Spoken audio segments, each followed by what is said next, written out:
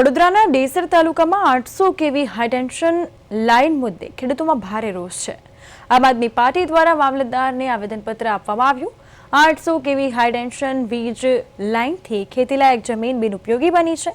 ખેડૂતોને ભારે નુકસાન અને જીવન જોખમમાં હોવાનો આક્ષેપ કરવામાં આવી રહ્યો છે। આ સાથે હાઈવે રેલવેની જેમ 4 ગણું વળતર આપવાની માંગ પણ ઉઠવા પામી છે। તો ખેતરોમાં મોટા કદના વીજપોલ ઊભા કરાતા પાક ઉત્પાદન પર અસર પડી રહી છે। ખેડૂતોના હિતમાં તાત્કાલિક નિર્ણય લેવાની માંગ પણ ઉઠવા પામી છે।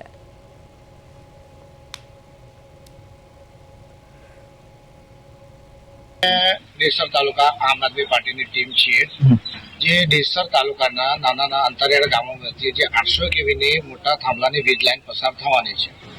તો અમારી માંગણી એ છે કે સરકારને કે ભાઈ તમે જે આ વીજ લાઈન નાખો તો પહેલા ખેડૂતની પરમિશન લો, વત્તા એમને વળતર મળે, વત્તા એમને મંથલી કે યરલી ભાડું મળે।